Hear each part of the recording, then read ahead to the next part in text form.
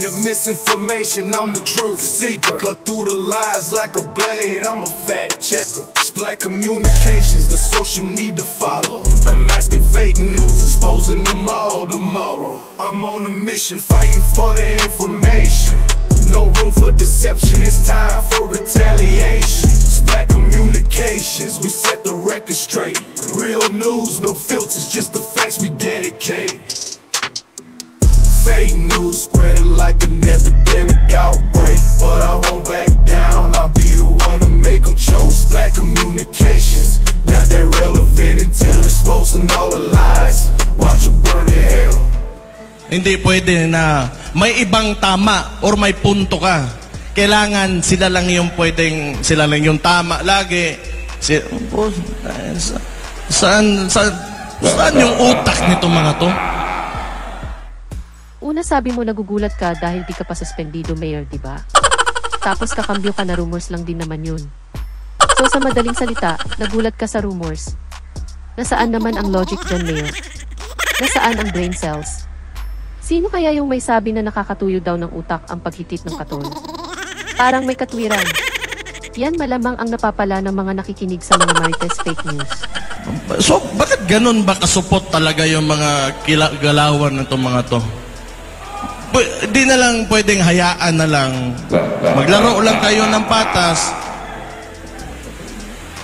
So matotal, wala man talagang masasaiyo ang lahat nitong mundong ito. Walang ganun. Walang ganun. Kahit kung sabihin mo, napakagaling mo, may isa talaga, dalawang tao dyan na will disagree with you. And hindi pumapasok sa utak nila. Kaya,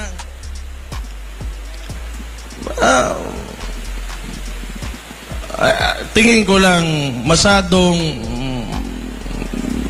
may insecurity itong administration na ito. Kasi kung if you are really confident with what you are doing, ano yung trabaho mo at sa mga ginagawa mo at maayos ka naman, so bakit mo pipigilan yung mga ganitong klaseng activities? Wala naman, no harm done. Nagsasalita lang naman, and it is our constitutional right to express ourselves. Teka, Mayor. Pinalampas na po namin ang isa mong mura kanina. Sadya ka po bang clueless sa pinagsasabi mo, Mayor, at sa mga pinaggagawa nyo? No harm done. Ang paghihimok sa mga military na mag-aklas at mag-withdraw ng support sa pamahalaan ay isang krimen. Inciting to rebellion po yan, inciting to sedition din po yan. Ikalawa, ang political instability ay nakaka-turn off sa mga foreign direct investors. You are doing more harm to the country than you think. Ulit ka naman sa constitutional right Isa pa, ulitin namin. Yung right to life ay una. Right to due process ay ika-apat. Ilan po ba ang inalisan ng right to life and to due process ng inyong ama? Siguro may ano yan. Ewan ko lang, hindi ko lang talaga alam. Kasi hindi rin naman talaga itong si BBM, yung klase ng presidente na he will address, like current issues. Napansin ko lang, pinipili niya lang. And it's, a lot of this, itong nangyari dito, paano natin para matapos na lahat at mapayapa tayo ang lahat. Pero wala akong makitang attempt talaga from this administration na gawin yon. All they do, pagkatapos ito, marami na naman yung mangyari sa Davao. Yun pa pala talaga gusto nyong mangyari, Mayor?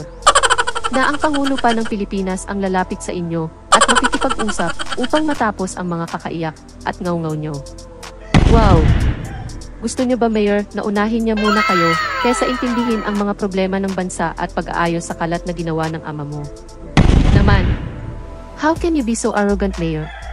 Ang pamilya niyo po ba ay nag-attempt na makipag-usap kay Pangulong Marcos Jr.? Siguradong di naman kayo tatanggihan o babastusin nun gaya ng mga pambabalahura na ginagawa sa kanya. Tapos na po ang termino ng tatay niyo. Be humble enough to seek audience. Yan po kasi ang wala, humility. Arrogance at defiance po ang pinapakita. Tama po, di ba? Katulad nung, ito talaga. Ako, mayor ako. Ayaw ko yung mga tao sa Davao, bangag. Ayaw ko ng drugs, di ba? Ayaw ko ng mga tao doon kumakain ng sabo o ano-ano dyan. So,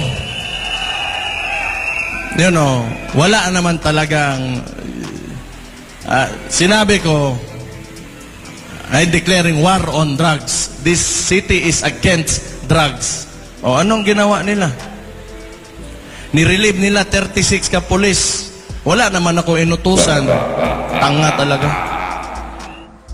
So ganun katanga ang tingin mo sa ating Pangulo, Brilliant Mayor? Dahil lang sa deklarasyon mo ay nirelieve ang 36 na pulis. Ano po ang tawag nyo sa napaulat na mga napatay agad sa Davao na naging biktima ng EJ ilang araw tapos mong magdeklara? Pinagmamalaki mo pa na wala ka namang inutusang pulis. Ito po ba, Mayor, ay direktang pag-amin na ang mga EJ noong iyong ama at kapatid ay may basbas at utos nila?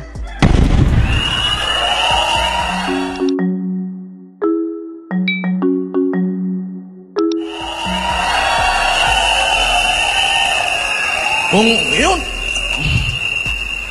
kaya nga, it's really confusing. Hindi naman masama yung intention ko na, siguro masama kung involved ka in illegal drugs. But, you know, for the people na ayaw nila na kumain ng sabo yung anak nila, yung kapatid nila, ayaw nila mag-shrink yung utak. Bakit? Why is it an issue for them? Itong DILG. Bakit ang dami nyo maniobra para... Pakialam nyo ba kung yan yung platform ng Davao City? Ayaw namin talaga ng droga. Parang ganyan di po ba ang description ng isang hari? Yung tinatawag na monarkiya. Yung ayaw magpapasakop sa mga nakatataas. Yan po ang dalawang hari, di po ba, Mayor? Sino ka po ba para questionin ang desisyon ng mga namumuno ng ahensya ng national government? Hindi naman independent na bansa o kaharian ang Davao City na exempted sa mga plano ng DILG. Yan po ba ang nakasanayan at nakalakihan na tratuhing parang sariling kaharian ang Davao City? What? So, does it mean that you are supporting illegal drugs?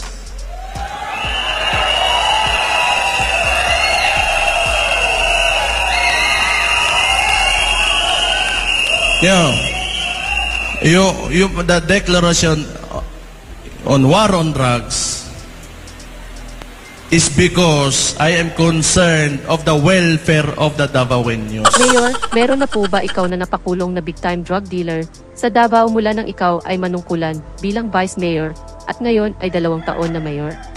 Kung ginagawa niyo po ba ang tungkulin sa pagsugpo ng droga ay gaano ka-epektibo ito? Bakit po may nahuli na mahigit sa 30 kawani sa Davao City Hall na positibo sa droga? Isn't that indicative of your failed drug program and its implementation, di po ba? Ito pa, ang nangyari doon, yung ginawa nila sa property ni Pastor Kibuloy,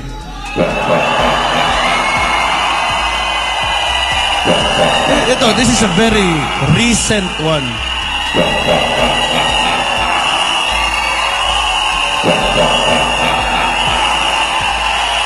Makinig kayo. Dali lang. Huwag daw maingay, makinig kayo at magsasalita ang hari.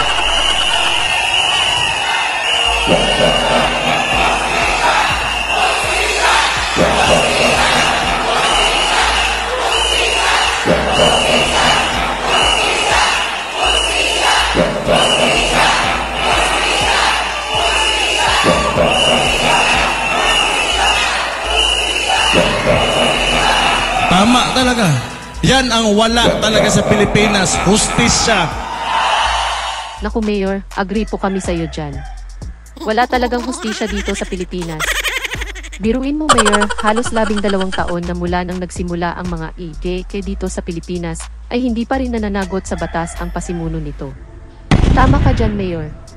Ilan pong libong pamilya ang naghahanap pa rin ng katarungan sa kanilang mga pinaslang na mahal sa buhay, di po ba Mayor? Sa kaso ni Kibuloy, may kaso po siya sa korte. Dati sabi niya kasuhan daw siya at haharapin niya wag lang daw sa pagdinig sa Senado. Ngayon pong may warrant of arrest na siya, ayaw niya naman lumitaw at nagtatago sa batas. Justice works both ways, di po ba Mayor? Para sa inaakusahan at biktima. Paano naman po ang biktima ng kanyang mga alleged na pang-aabuso, lalo na sa menor de edad na mga batang babae? Paano naman po ang diumano'y pagmamaltrato niya at hindi pagpapasweldo sa mga miyembro ng kanyang simbahan? Hindi po ba nila deserve ang hustisya, Mayor? Lahat ng sumisigaw ng hustisya dito ay mga bungod.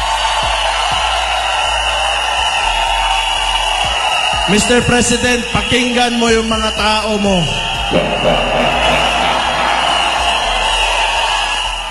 Tatlong rehiyon ng mga police andon just to apprehend one person. Excessive show of force talaga. What? Are you trying to intimidate us? Mahiya naman kayo, putang ina nyo.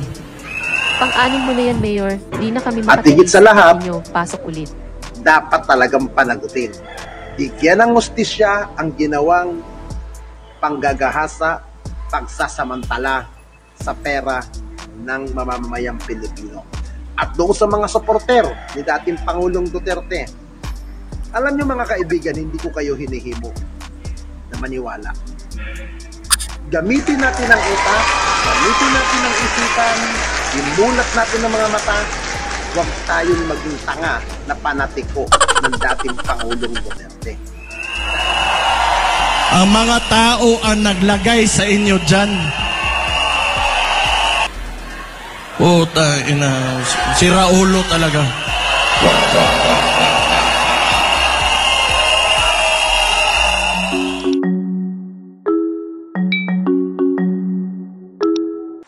Thank you Fairy Koi for being a channel member. In a world unfolding, where stories come alive amidst the chaos. Please support Splat Communication channel memberships.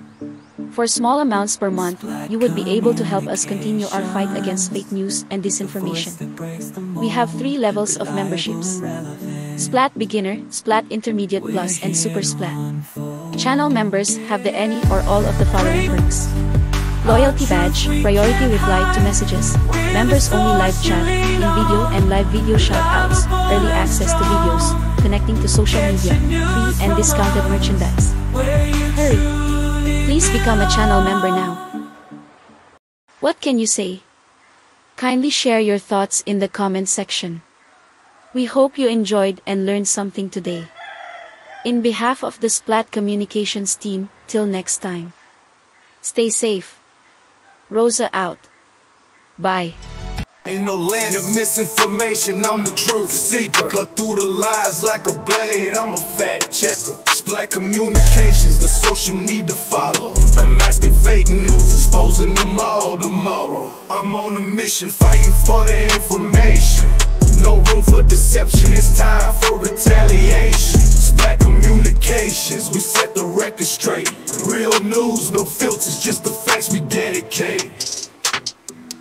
Fake news spreading like an epidemic outbreak, but I won't back down, I'll be the one to make them choke. Splat Communications, not that relevant until exposing all the lies.